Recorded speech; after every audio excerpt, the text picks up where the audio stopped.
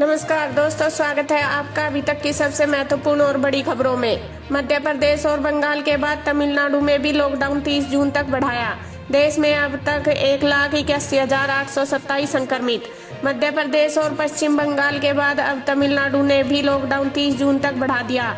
यहाँ सभी जिलों को 8 जोन में बांटा गया है। सरकार ने कहा है कि आवाजाही के लिए ई पास जरूरी नहीं होगा। कांचीपुरम, चेंगलापट्टू और त्रिवल्लुर के 7 जोन और चेन्नई के 8 जोन में पब्लिक ट्रांसपोर्ट बंद रहेंगे। राज्य में IT कंपनियां या इससे जुड़ी सेवाओं में 20% कर्मचारी, अधिकतम 40 लोग के साथ काम किया जा सकता है। हरिद्वार कुंभ 2021 तय, समय पर ही होगा महाकुंभ, लेकिन बदल सकता है स्वरूप। विदेशी पर्यटकों में भी आ सकती है कमी। मार्च 2021 में हरिद्वार में महाकुंभ का आयोजन होना है। कोरोना वायरस के चलते इसे आगे बढ़ाने को लेकर सुगबुगाहट शुरू हो गई है। हरिद्वार के कुछ संतों का मत है कि मेला 1 साल के लिए आगे बढ़ाना चाहिए। ये 2022 में होना चाहिए। उत्तराखंड सरकार ने भी लॉकडाउन के चलते कुंभ से जुड़े कुछ कामों पर रोक लगा दी है। हालांकि मेले को आगे बढ़ाने पर अभी कोई विचार नहीं किया जा रहा है। अखिल भारतीय अखाड़ा परिषद ने भी स्पष्ट किया है कि मेला आगे बढ़ाया नहीं जा सकता, क्योंकि ये सनातन परंपरा का मामला है। अभी इस पर विचार नहीं किया गया। मेला प्रशासन ने भी ये स्पष्ट किया है कि अखाड़ा परिषद की सहमति के बिना कोई भी फैसला नहीं होगा। अभी मेले की तैयारियां जारी हैं। लोगों के मूवमेंट पर अब रोक नहीं, ई परमिट भी नहीं लेना होगा। पूरे देश में रात 9 बजे से सुबह 5 बजे के बीच नाइट कर्फ्यू रहेगा। केंद्रीय गृह मंत्रालय ने शनिवार को लॉकडाउन 5 का ऐलान नहीं किया। इसकी बजाय अनलॉक 1 का ऐलान किया। इसमें 1 जून से बड़ी राहत यह मिलने जा रही है कि अब लोग एक राज्य से दूसरे राज्य में जा सकेंगे, अपने राज्य के अंदर भी आवाजाही कर सकेंगे।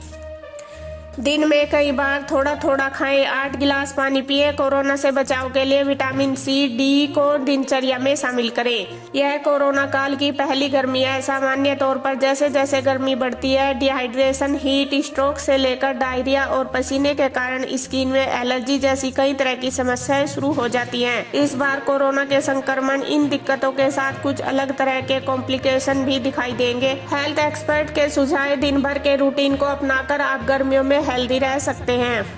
ट्रंप ने जून में होने वाली G7 समिट सितंबर तक टाली। अपने विमान में ही मीडिया को यह जानकारी दी। बैठक में भारत समेत 4 देशों को भी बुलाएंगे।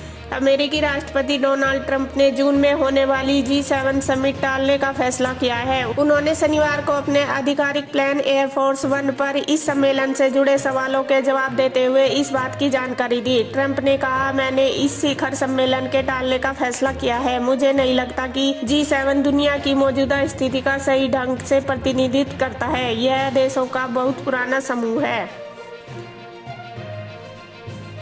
मास्क पहनना, सोशल डिस्टेंसिंग जरूरी। लॉकडाउन तोड़ा तो पहले की तरह 2 साल की सजा, थूकने पर जुर्माना। मोदी सरकार के दूसरे कार्यकाल की पहली सालगिरह पर शनिवार को गृह मंत्रालय ने लॉकडाउन 5.0 की बजाय अनलॉक के 3 चरणों की घोषणा की। इसमें सबसे बड़ी बात यह है कि देश के सभी कंटेनमेंट जोन में 30 जून तक लॉकडाउन तय नियमों के हिसाब से जारी होगा। अनलॉक करने की पहली किस्त में देश को 3 फेज में खोलने की तैयारी। पहला फेज 8 जून से, जबकि दूसरा फेज जुलाई में शुरू होगा। तीसरा अनलॉक फेज के बारे में अभी कुछ नहीं बताया गया। सिगरेट, तंबाकू से कमजोर न करें अपने फेफड़े। इस बुरी आदत को छोड़ने के लिए सबसे अच्छा मौका है लॉकडाउन।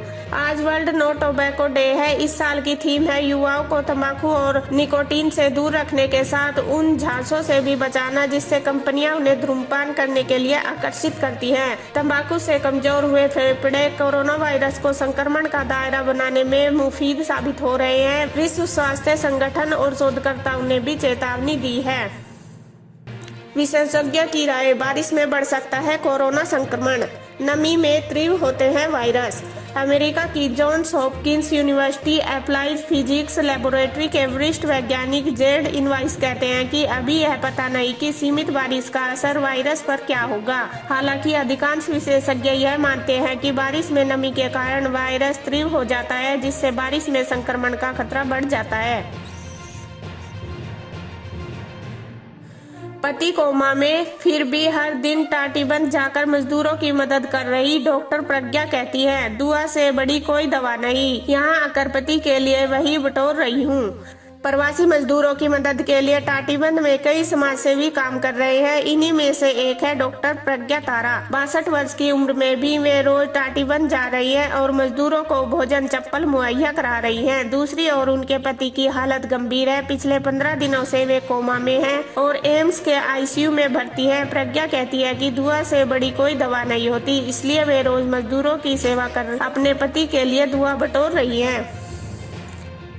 जम्मू कश्मीर के कुलगांव जिले में वानपोरा इलाके में सुरक्षा बलों ने मुठभेड़ में 2 आतंकियों को मार गिराया। पुलिस ने इनके पास से भारी मात्रा में हथियार और गोला बारूद बरामद किया है। जम्मू कश्मीर पुलिस ने बताया कि गुरुवार देर रात इस इलाके में 2 से ज्यादा आतंकियों के छिपे होने की जानकारी मिली थी। पुलिस, आर्मी और सीआरपीएफ की टीमों ने यह ऑपरेशन चलाया।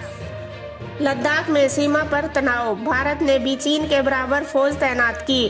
डिप्लोमेसी के जरिए तनाव कम करने की कोशिश जारी। भारत और चीन के बीच पूर्वी लद्दाख में तनाव जारी है। चीन ने कहा है फौज बढ़ाई तो भारत ने भी उतनी ही तादाद में सैनिक तैनात करने का फैसला किया।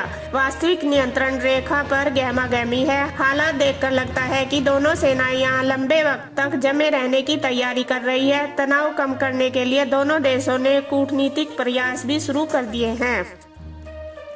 सलमान खान ने मुंबई पुलिस को बांटे 1 लाख हैंड सैनिटाइजर। उद्धव ठाकरे ने सोशल मीडिया पर जताया आभार।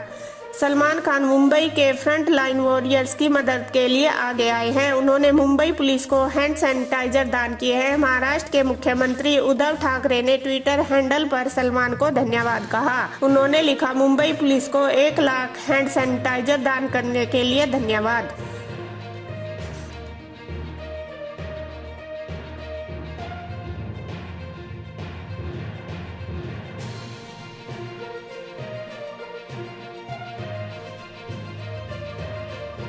यादों में खोए धर्मेंद्र ने शेयर किया मेरा नाम जोकर का आइकॉनिक सीन। कहा, राज कपूर के साथ काम करना सपने जैसा था। वेटनर एक्टर धर्मेंद्र सोशल मीडिया पर काफी एक्टिव हैं और कई सारी तस्वीरें और वीडियो शेयर करते रहते हैं। हाल ही में उन्होंने ट्विटर पर राज कपूर से जुड़ी एक याद शेयर की। 84 साल के धर्मेंद्र ने 1970 में आई राज कपूर की फिल्म मेरा नाम जोकर के एक सीन का वीडियो शेयर करते हुए लिखा, राज साहब के साथ काम करना एक सपने जैसा था। सीन में राज कपूर अपनी मां की मौत का गम मना रहे होते हैं, तभी सर्कस के मालिक धर्मेंद्र उन्हें जोकर का काम याद दिलाते हुए ऑडियंस का मनोरंजन करने की बात कहते हैं। बेहतरीन योगा मूव से फैंस को इंस्पायर कर रही है ईशा कोप्पिकर। बताया डिलीवरी के बाद कैसे हासिल की परफेक्ट बॉडी और एब्स।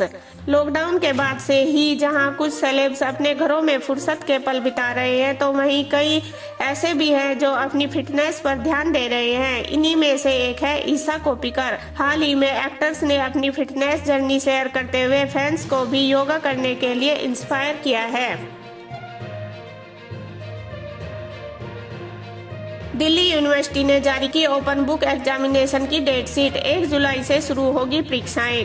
कोरोना वायरस संकट के बीच दिल्ली यूनिवर्सिटी ने ओपन बुक एग्जामिनेशन की संभावित तारीख जारी कर दी है। इस परीक्षा में शामिल होने वाले स्टूडेंट ऑफिशियल वेबसाइट पर जाकर डेट शीट देख सकते हैं। ऑफिशियल वेबसाइट पर अपलोड की गई डेट शीट के उसके मुताबिक विद्यार्थियों को 1 जुलाई से 11 जुलाई तक चॉइस बेस्ड क्रेडिट सिस्टम के तहत परीक्षाएं देनी होगी।